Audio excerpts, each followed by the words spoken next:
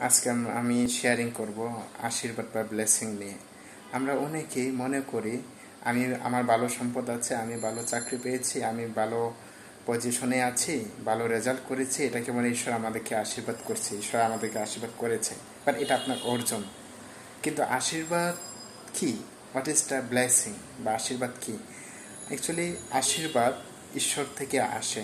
তো এই আশীর্বাদ ঈশ্বর একমাত্র দিতে পারে, এই আশীর্বাদ শুধু ঈশ্বর করতে পারে। যেমন আমরা অক্সিজেন খাচ্ছি, অক্সিজেন নিচ্ছি ফ্রিতে, এটা একটা বড় একটা আশীর্বাদ। আমরা খাবার পাচ্ছি, বেঁচে আছি, এটা সবচেয়ে বড় আশীর্বাদ। আমরা যিশু খুঁয়ে ত্রাণকর্তা হিসেবে পেয়েছি, যিশু আমাদের জন্য ক্রুশে জীবন দিয়েছে এবং পুনরুত্থিত হয়েছে এবং স্বর্গে যাওয়ার একটা নিশ্চয়তা গ্যারেন্টি দিয়েছে, এটা একটা বড় আশীর্বাদ আমাদের জন্য।